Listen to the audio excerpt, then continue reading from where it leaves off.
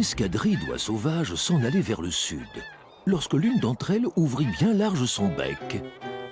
Elle émit un drôle de son totalement nouveau qui aussitôt déclencha un fou rire général. Mais lorsqu'elles se furent toutes calmées, les oies étaient bien embêtées, car le problème de Martha était rare chez une oie.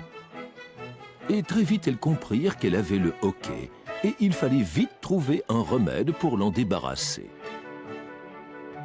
Une oie s'écria « De l'eau! Il lui faut de l'eau! Descends sur ce lac et va boire un bon coup !»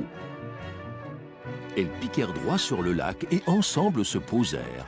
Elles resteraient aux côtés de Martha jusqu'à ce qu'elle n'ait plus son hoquet. « Non, pas comme ça, dit une autre oie.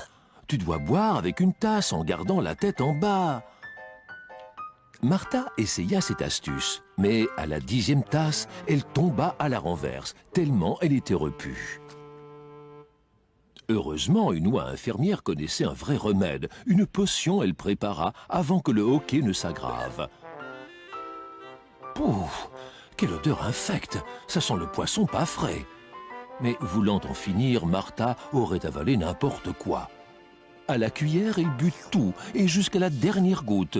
Mais son hoquet ne fit qu'empirer. Elle n'arrivait pas à s'en débarrasser.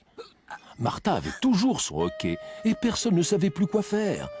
Alors une jeune oie, exaspérée, vint lui clouer le bec. Toutes restèrent à l'observer. Martha tout sauta, puis son corps s'étira, et la pince s'envola.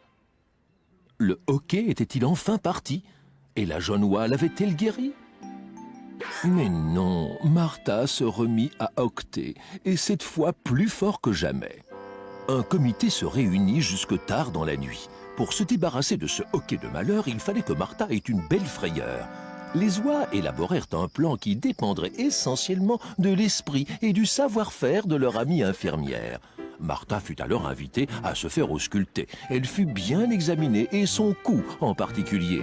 Puis l'infirmière dit « Ma chère Martha, vous avez le mal de l'oie.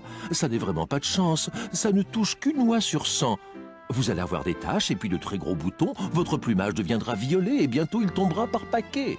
Le processus a commencé. Plus rien ne peut l'arrêter. Et dans quelques minutes, ma pauvre, vous serez complètement chauve. »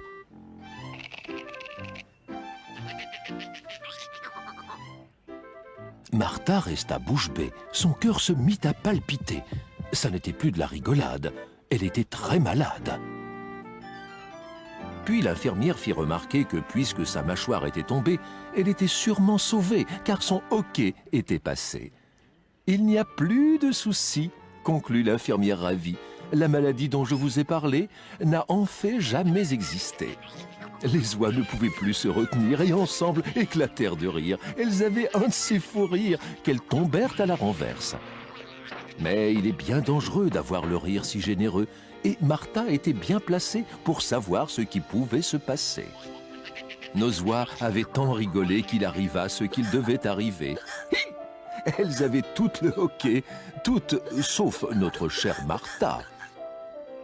D'ailleurs, elle s'était mise à son aise, regardait ses amis et souriait. C'était à eux maintenant qu'il fallait faire peur.